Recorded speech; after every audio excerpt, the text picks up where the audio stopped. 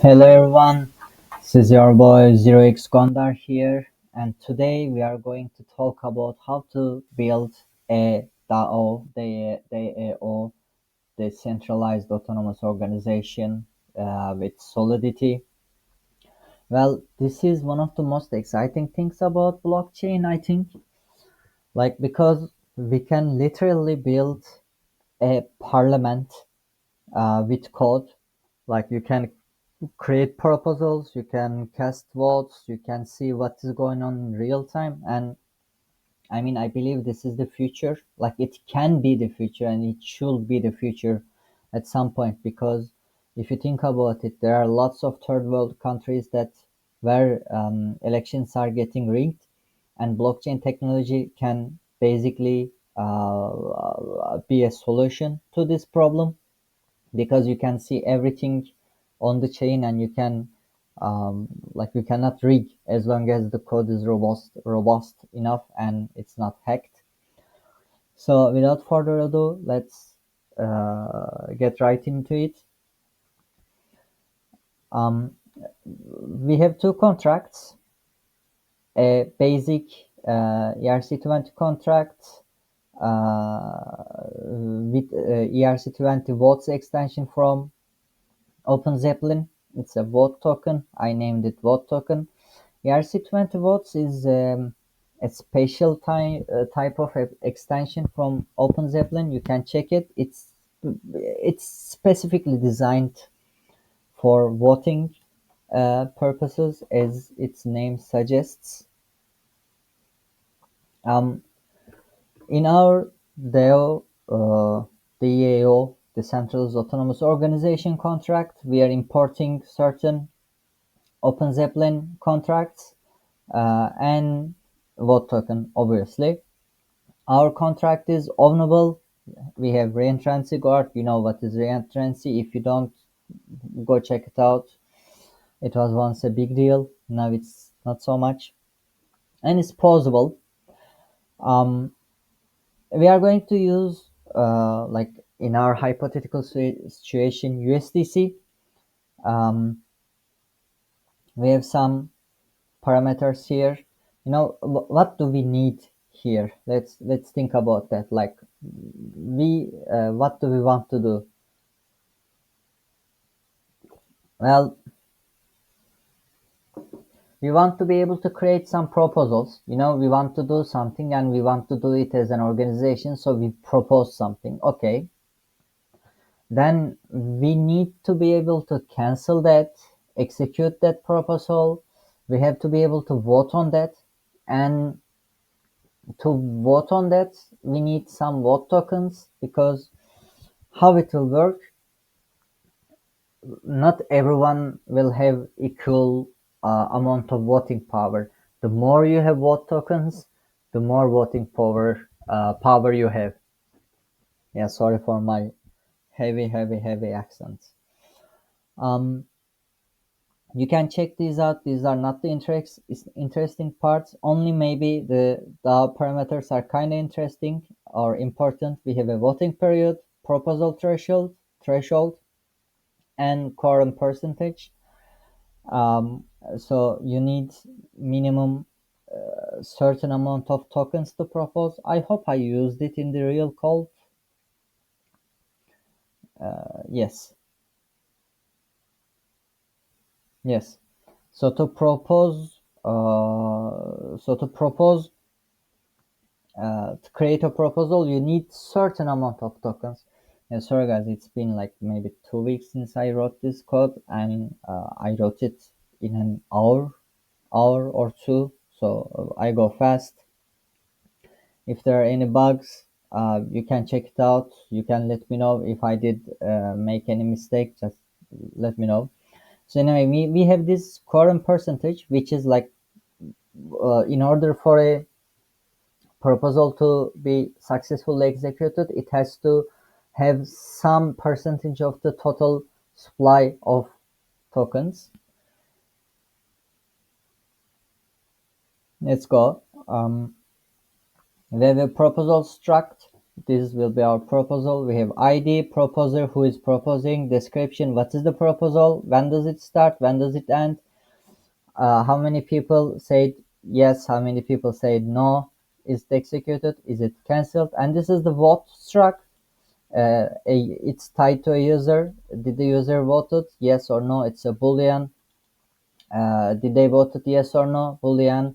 And how much voting power? Maybe I should have changed this. This one is voting power, but well, we are past that. You see, in the constructor, we pass USDC, which users will pay to get the vote tokens. In order to open a proposal, the proposer has to have at least proposal threshold of vote tokens. In order for a proposal to pass, it should have more than current percentage of total supply, what I told about. You see, it's ownable. Besides under the deployer, the color of this, the deployer is the owner. We pass USDC vote token period, like you see what's going on here. These are our possible functions. Only owner can call these. Again, some only owner functions. Again, this code is not audited. I didn't audit it and I wrote it very fast. So if there are problems, just let me know. It will be a good exercise for you anyway. So here we pay USDC, like one USDC, one voting power of tokens, vote tokens. And you see, I'm talking about a scaling issue here.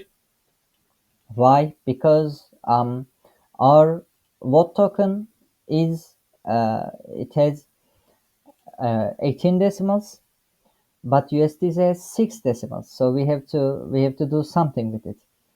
See, first we are checking that you have to pass some USDC.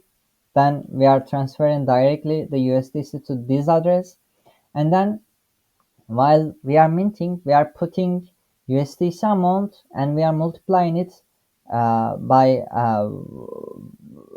12 decimals. Why? Because when you pass one USDC, you are passing uh, this value 1E6 because it has 6 decimals, and in order to get back 1A18, which is the decimal value of our vote tokens, we have to scale it by 12 decimals. So this is how it works. I put a note in here. Then we emit an event. Events are important. Propose function. Oh, we have a note here. What does it say? An attacker can grief by creating the same description. Ooh, if we check the description, they can just change one letter or add a comma or something like that. How will you mitigate this issue? I don't know.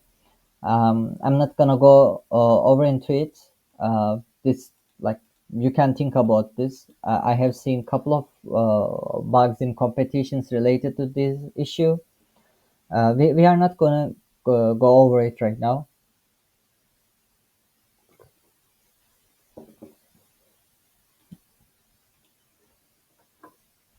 So you see, we are getting we are checking that the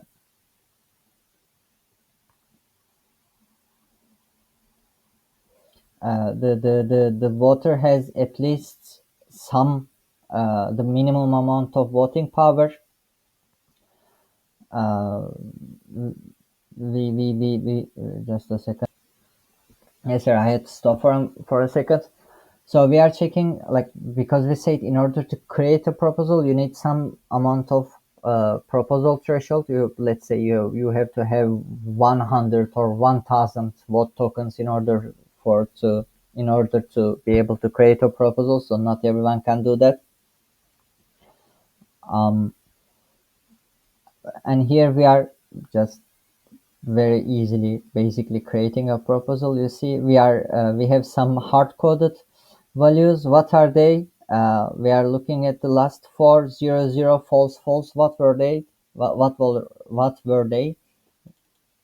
0 for votes, 0 against votes, executed false, cancelled false. So this is why these are hard-coded values. We can cancel the proposal, but only the creator of the proposal or the owner can cancel the proposal. And once started, proposal cannot be cancelled, and proposal can't be cancelled if it has been executed or cancelled already. Basically, it's a function full of required statements. If all these checks pass, then it's cancelled. And you can see only the proposer of the proposal and the owner can do so. Cast vote, important. Anyone can cast vote. Proposal has to exist, has to be active, not cancelled, not executed, not voted already. These are our checks. And we are getting the voting power of the message sender, the caller. If you don't have no voting power, then you cannot vote. Um, Here we are checking. You see, you pass the proposal ID, in what proposal you want to vote, and whether you are supporting or not. You see, if we are supporting, 4 votes are incrementing. If we are not supporting, against votes are incrementing. And here we are using our nested mapping, and we say for the vote struck true, support, voting power, what were they? True has voted yes because the user has voted for proposal, and votes which are coming from here and here. Okay, we have some getter functions which are easy. I'm not gonna go over them. Get proposal, get user vote. Now we have very ugly function, get proposal state. Basically it returns the proposal state. You can look at it. I'm not going to go over it. We are checking here, you see, we are checking if it has reached quorum, which means like it has to, you see, imagine total supply is 100 and the quorum is 20, then like you have to have at least 20 votes for a proposal to be executed, to be able to execute it successfully. So we are checking here that if it's not reached, we say defeated, it didn't happen. Withdraw USDC, only owner can call this function, which is like when users buy vote token with USDC, like the owner of this contract can get them. Just a second. Okay, here we have execute proposal. You see, again, only owner can do so. In real world applications, this is the part where some things happen because the proposal has been executed, like transfer tokens, update state, do this, do that, because we voted on something, we agreed to do something, and here we are doing it. We are checking the function here to get the state, and only we can continue if it's executed, if it's succeeded. We are doing these checks. We have a couple of more getter useful functions, and that's pretty much it. Like the most basic, the decentralized autonomous organization, the basic bare bones works like this. We have a test um, contract as always, test suite. It's not it doesn't have 100% coverage. Of course, if you want to work on it, this is on you. I'm going to leave it. It's on Foundry. So this is basic Parliament. It can be used in so many